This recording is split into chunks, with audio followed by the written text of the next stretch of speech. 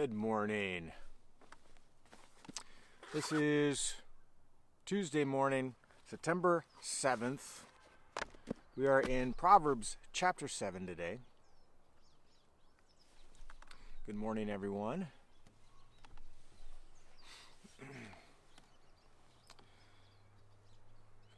There we go. Normally there's numbers immediately, and when there's not, I always question whether or not the live stream is working. But I do see names now. Steve and Andrea Hauser, Don Hoverson, welcome this morning.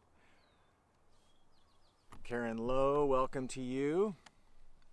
Jim and Kathy Fuente, good morning to you. Barbara Richardson, and if Harry's there as well, welcome. Janisa, good morning. Welcome, everyone. Elisa Knox, good to see you this morning. Barbara Del Rio, good to see you. Good morning, Mom, good to see you. We are in Proverbs chapter 7 this morning. Carmen Lego, good to see you. Tennille Hooper, welcome this morning. Kim Johnson and Michael, if you're there as well, good morning. Steve Hauser, Steve and Andrea, watching in different rooms. If there's a marital dispute, you can call me later today. I'm teasing, I know. I just like to tease. Sorry, you guys. Daryl and Suzanne, good morning. Good morning.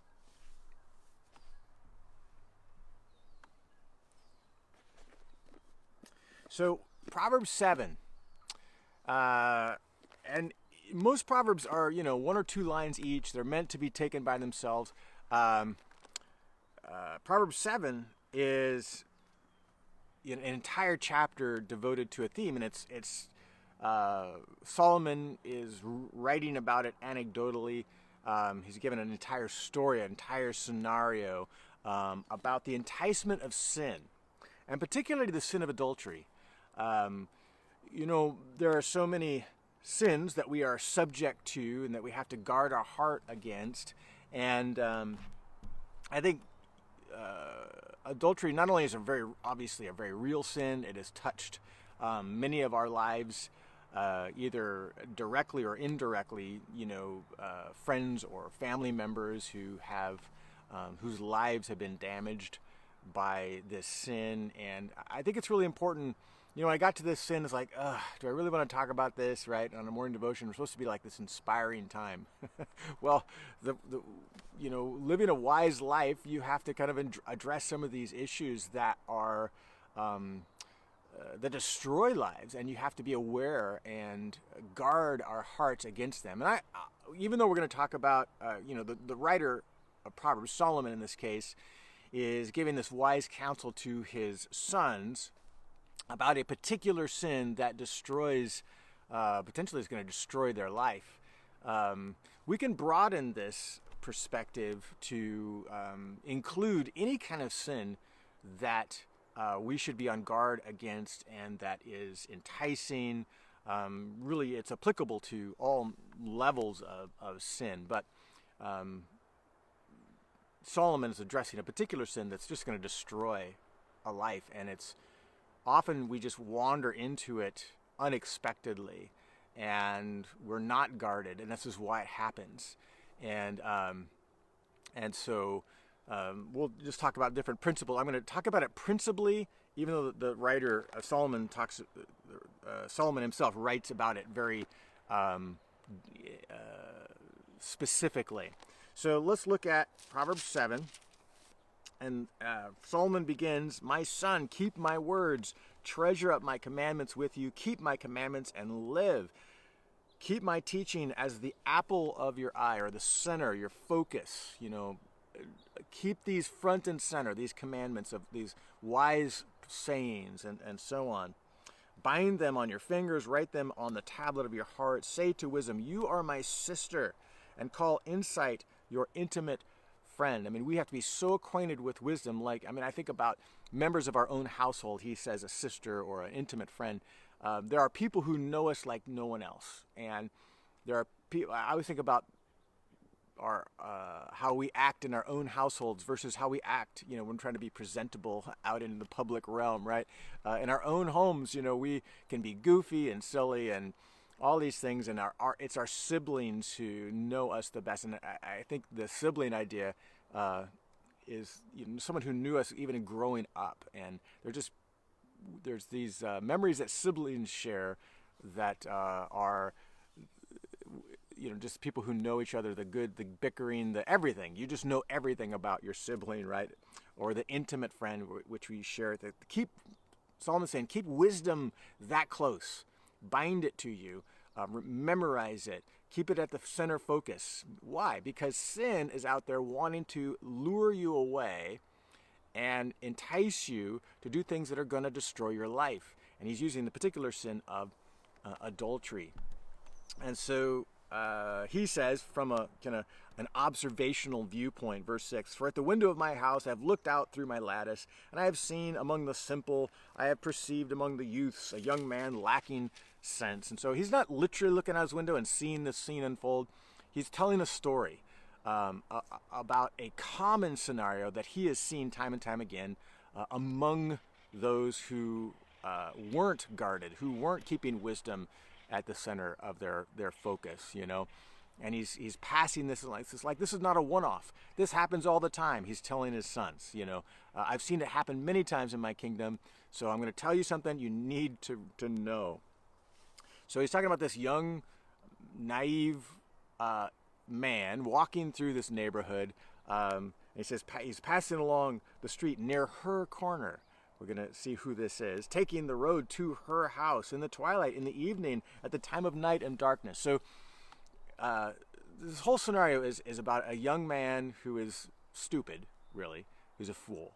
And he's walking through the streets, and he happens to come to a street in the evening time to a house of someone who has a wayward heart. A woman who is not happy in her marriage, and she's really looking for someone to find her own fulfillment. And I don't want to take this too far with regard to who's at fault and so on, and who's really the victim here, because we know this happens on both sides. Here it's being portrayed as this young man as being the victim and the woman as being the seductress. But it's in reality, this happens the other way just as much, right? If not more. So that the woman is the victim, and the man, and so on, and then in any sin, really, if you want to take it to a metaphorical sense, the woman is just a personification of an enticing sin, right? So let's not take it too far with regard to men and women and so on. We're talking about someone who is walking down a street, being a stupid person, an unwise person. He's wandering into the neighborhood of sin at just the right time when sin could be enticing. So they're unguarded, they're not acting wisely, and out of her house she comes. And behold, the woman meets him, verse 10, dressed as a prostitute, wily of heart. She is loud and wayward. Her feet do not stay at home. Now in the street, now in the market, so she's out there looking. And he wanders into her neighborhood at just the right time, at really a time that would be typical of bad things happening. So he's acting pretty foolishly. He's acting naively about sin and its enticement. He's in the wrong place at the wrong time, and he should have known better. Out she comes. She's dressed to say, hey, I'm going to attract you. I'm going to be enticing to you, as sin is. And she says, she seizes him, kisses him with a bold face. She says to him, I had to offer sacrifices, and today I have paid my vows. So there's this hypocrisy to her. It's like, no big deal. I'm just like you. I've offered sacrifices. There's this hypocrisy in her to say, everything's okay. And this is how we justify sin, really, initially. No big deal. I can wander into this neighborhood. I can look at this enticing thing or consider in my mind this enticement of this sinful behavior or whatever. And really, it's not that big a deal. Sin, it really isn't that big a deal. It's okay. It's actually, we can justify it, rationalize in our mind. It's actually good. And that's just what the the woman in this case is doing. Hey, I've made vows. I'm a good person. Okay, even though she's dressed to the nines, right, and dressed to seduce, she's trying to portray herself as someone who's, it's okay to be with me. Talk to me. She's enticing to him, and I think also the vows part. I've made my vows, and so when I went and make sacrifices, often in the Old Testament sacrificial system, when you bring meat to be, an animal to be sacrificed, it is sacrificed, and it's not completely consumed or burned. The animal, part of the meat goes to the priest because that's how they live. Grain offerings, animal offerings, the priests themselves, because they can't own land in the Old Testament, they eat the parts of the sacrifice that is their portion, and the rest of the animal comes back to the family. You basically go back home and have a big barbecue. It was meant to be a good celebration of God's goodness and so on. So in this case, she says, hey, I've made sacrifices. Guess what? I'm having a barbecue at my house. Come on over, because there's plenty to eat. And she goes on to say, she describes her house as, being beautiful with good fragrances, and I'm just kind of skipping through. And she says in verse 19, for my husband is not at home. He has gone on a long journey. He took a bag of money with him, and he's not going to be home for a lot of days. Okay? So here's the thing about sin. It entices. We can be foolish to kind of walk into it thinking, well, I'm going to be good. And then it looks good. It looks enticing. Hey, there's a barbecue happening. It's like, wow, it smells good, looks good. It's portraying itself as innocent. I can stick around. I can hang here and still not get run into problems. And in fact, the sin promises there's not going to be a consequence. My husband's not home. He's not going to be home for weeks. There's no one going to find out. It's a sin done in secret. There's not going to be no doubt. There's not going to be a downside to the sin. And he should see, if he was wise, he shouldn't have been in the neighborhood. If he was wise, he should have seen right through the woman who's dressed to the nines, yet saying, I'm innocent. He should have seen right through the fact that we're getting to the point where there's not going to be any consequence. Really? There's not going to be any consequence? He should have turned around and fled at that situation, but he's playing the fool. He's sticking around, he's lingering, and that's just how sin works. It entices us over a period of time. It kind of wears us down, and we begin to justify in our mind, and we rationalize, and we kind of slip, and the slippery slope downward, and then since he doesn't leave, he is finally persuaded. Verse 21, with much seductive speech, she persuades him. With her smooth talk, she compels him, and all at once, he follows her as an ox goes to slaughter. He's made the decision. He's gonna go ahead and indulge in this sin of adultery in particular in this case. But this is how sin works in general. We linger. We don't say no. We think we're okay. I'm gonna be unscathed. In fact, if I do this, like everybody, we rationalize. Everybody does this. It's not uncommon. It's no big deal. And there's not going to be any consequence to it. We linger, and all of a sudden we're persuaded, and we walk in like an ox to the slaughter, where a stag is caught fast till an arrow pierces its liver. A bird rushes into a snare, and he does not know it will cost him his life. And so I want to just acknowledge this idea of a dad telling his sons, and this is a parent telling their children, a good friend telling another good friend, to keep the antidote to falling into this enticing sin, any enticing sin, is first of all binding wisdom to our hearts, keeping it at the focus of our attention, understanding how sin works, and that it starts with an innocent kind of running into this enticement. We didn't mean to be in that neighborhood. We should have avoided that neighborhood, but okay, you didn't know. And you find yourself there. We have every opportunity at every moment to turn around and run, to go the other direction. God gives us those opportunities all the time.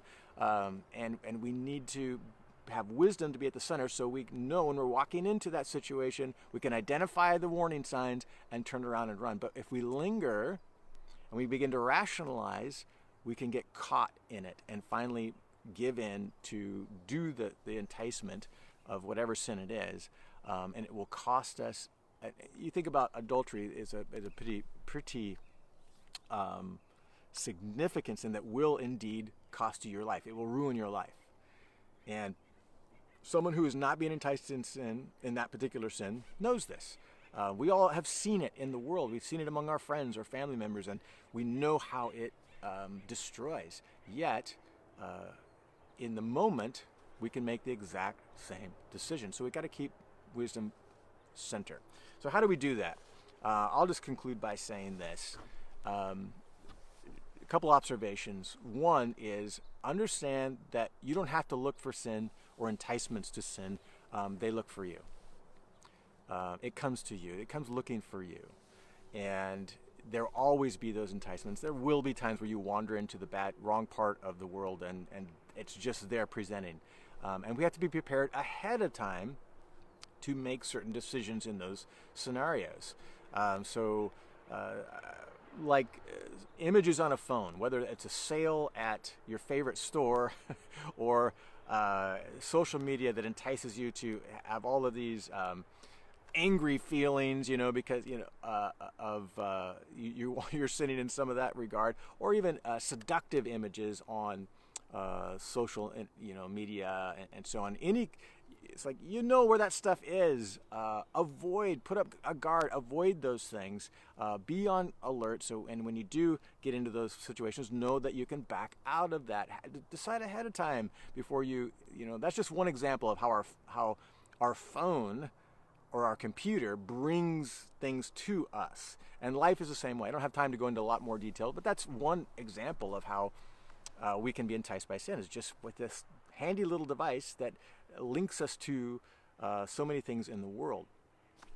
And the second thing I'll say in closing is that it's important to,